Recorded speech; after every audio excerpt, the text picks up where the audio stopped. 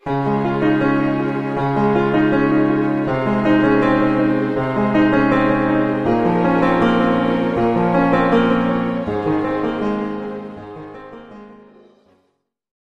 food ngayon ay adobong, ano to? Atay. Sarap. Kain, guys. Nagpump ako kanina. Ayan, si Hugo. Kakapalit na ng diaper. Kakaligo ko lang. Ito muna. Pahinga ko muna. Hello, baby! Oh. Hey guys, dumating na yung package from It's All Girly Cosmetics kay Tita Connie. Check natin. Nagpadala siya kay mama ng soap. Ayan. Hindi ko alam ang tawag dito. Check natin. Mask, natural soap. Tsaka, ito alam ko kay mama rin to eh. Yung lotion ba to? Cherry Blossom Lotion. Tsaka yung dati namin tinitake ni Heinz. Makapag-take na ulit kami. Wait lang. Super kailangan namin to. Ito yung Puritans Pride 1000 mg vitamin C. Ayan, sakto. May vitamin C na kami ni Heinz. Kailangan namin to dahil lagi kaming puyat. Ayan. Thank you so much, Tita Connie from It's All Girly Cosmetics. Meron naman akong halaan. Tulog na naman siya. Hindi talaga siya alagain, nakakatawa. Basta busog lang siya, higa mo, okay na. Ayan, no? Na. Meron akong puto. Puto naman ngayon. Naubos ko na to. Lots of land. Puto. Tapos mag-vitamin C ako. Ayan. Kain. Bait ng baby namin, oh. Sana bumalik ka. Pero hindi tayo sa loob ng Taba-taba bahay. na. Dito lang tayo sa labas. Kagigil. Hindi magalit si nanay. Hugo. Kain na kami ni Heinz. Sa kanya na yung portion ng rice niya. Meatloaf. Ito, the best talaga to. Hugo. Ito, this one. Sura mo. Natulog talaga siya, oh. Tita Carms, kausap niya. Hi, Tita Carms. Habang gala ng poker. Ay, may pabuong pamper si Mayora. Diaper. Ayan. Hey guys! Ayan, pasensya na yung damit ko. Kita ang aking strap. Kasi wala, alam niyo naman, iba na ngayon dahil hindi na ako pwedeng hindi magantong bra. Pasensya na ko na madalas na may kitang ganyan. Tsaka mainit, wala akong pang-cover. Pero okay na yan. Anyway, hindi ako masyadong nakapag-vlog today. Dahil natulog ako.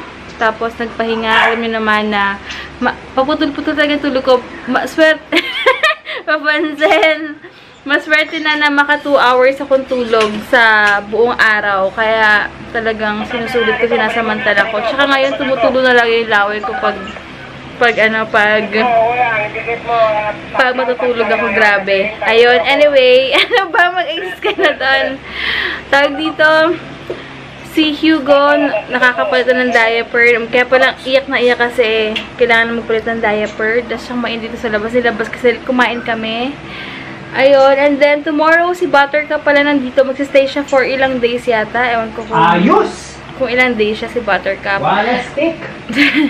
Tapos, masasabi ko na maganda talaga yung Nitalak. Iba na pag-compare ko talaga yung Mega Malunggay kasi inubos ko na yung Mega Malunggay. Wala pala sa Mercury nun. Tumingin ako sa Watsons pala. So, Nitalak. Nag-Nitalak ako for 3 times a day kasi depende sa needs mo yung Nitalak or yung mga Mega Malunggay na yan. Pag nagpapa-breastfeeding ka pala, at least 3 times a day. So, ngayon, twice a day pa lang ako. Twice a day pala ako sa Nitalak. Grabe, guys. Iba talaga yung supply na binili. Hindi ako sponsor ng Nitalak, pero masasabi ko na ma-recommend ko siya sa mga breastfeeding moms dyan. Kasi, iba talaga yung supply na nabibigay niya compare sa Mega Malunggay. Pag Nitalak, pag inom ko, as in talagang, masakit nga lang siya, naninigas-nigas lang yung breast mo kasi maraming supply. So, kailangan ko talaga mag-pump. Pag hindi masakit talaga siya. So, masabi ko, pag kulang kayo ng supply, Nitalak lang talaga. Magkano bili mo dun gel kagabi sa Nitalak? Alam ko na sa 10 pesos yan, or 9 pesos lang ata siya. Each, sa online, sabi nila, ay sa page nila, 8 pesos point something. Pero pag sa Mercury, 9 to 10 pesos yata siya isa. So, pwede na. Kasi yung Mega Malunggay online lang. Pero masasabi ko na the best talaga yung Nitalak. Kasi, okay na okay siya. Or hiyangan din. Pero sa akin, marami silang nagsasabi na iba daw pag nagtitake ng bumabaho daw yung hininga ng baby or yung ano. Parang wala naman. Sa akin wala. So far so good. Kasi may nabasa ko sa online na ganun yung effect niya. Pero kay Hugo, wala naman na nagbabago. Saka sobra. The best talaga yung supply. Plus, umiinom pa ako ng halaan. O imagine niyo kung gaano kadami na iipon kong supply. So, let's go! Wait lang. Kulit muna si Hugo sa loob. Ayan. Time na nila mag-bonding ngayon pag uwi. Ang dami kong stock ng mga Quaker instant oatmeal. Paano ba naman si Mama? Ang kulit. Alakala niya ito oats yung binibili ko. Hindi niya alam na oats cereal drink. Ang lagi kong binibili. Pero okay lang. Pang breakfast ko na lang to.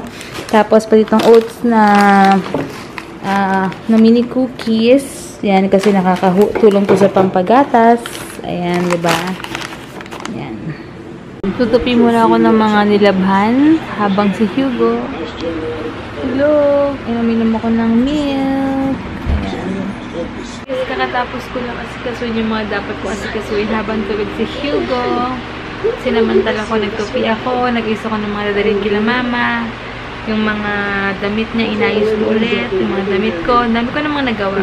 Kaya, buti nga nakakatuwa to kasi pagkatapos niya mag-daddy sa akin, minsan kakausapin mo lang siya, laruin mo lang, tapos alam mo lang pag inaantok na siya, ilalapag mo lang siya, sanay sa buhat, kaya nakakatuwa. Kaya sobrang blessed kami na ganito siya, hindi siya sanay sa buhat. Kasi mahirap pag yung bata doon na sanay sa buhat, diba? Dahil mahirap, talaga wala kang magagawa. Inayos ng damit ko, conscious ako. Ayun. Tapos, bukas kasi Buttercup darating. Hindi ko alam kung how long siya mag-stay dito. So, mag-babanding kami tomorrow. Tapos, hindi ko sure kung makapunta kami ng... Kasi kailangan ko magbayad ng bills ng water. So, siguro gagawin ko, kunin ko yung account number kada katapusan para hindi na ako ma-hassle. Babayaran ko na every katapusan na lang para hindi yung alanganin. Kasi, ang cut-off niya ay ang bayaran niya is every 10th ba? Or 10th of the month. So, ang hassle, diba? Hindi mo na ako makaalis lagi. Nagpapabreastfeeding din ako. Ano siya ang lakas niya, guys? Sabi mo, oh. Nababali niya yung ulo niya left and right. Oh, diba? Oh. Super nakakatuwa tong baby ko eh. Ayusin ko muna siya, guys. Wait lang. Ayun, hiniga ko na siya. So, ayun nga.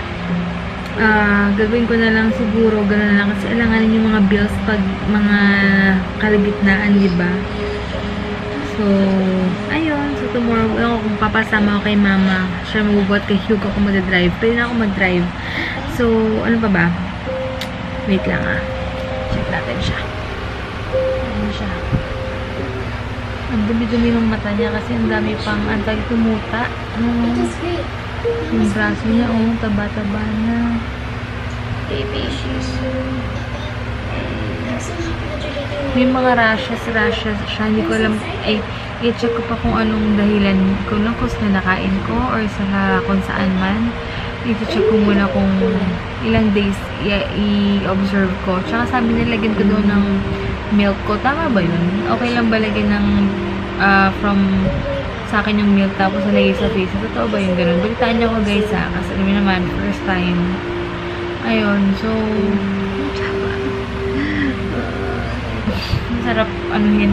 Anyway, magbabasa na ako ng book. Tapos, kakain ako ng puto na padala ni Mama. So, good night, guys. Thank you so much for watching. Si Heinz nag-aayos na rin sa labas. And then, mag-workout siya. Tapos, bali niya mamaya kay Hugo kasi magugising na ito maya-maya. Ang mga lolo at lola dito talaga, oh. Tingnan nyo, oh. Kala mo, hindi nakita buong maghapon, eh. Grabe. Bakit ka na rin? Alam ko naman, tapos nadalagin mo yung mga alam niya pala ano siya. Humigit alam niya pag pinag-uusapan siya.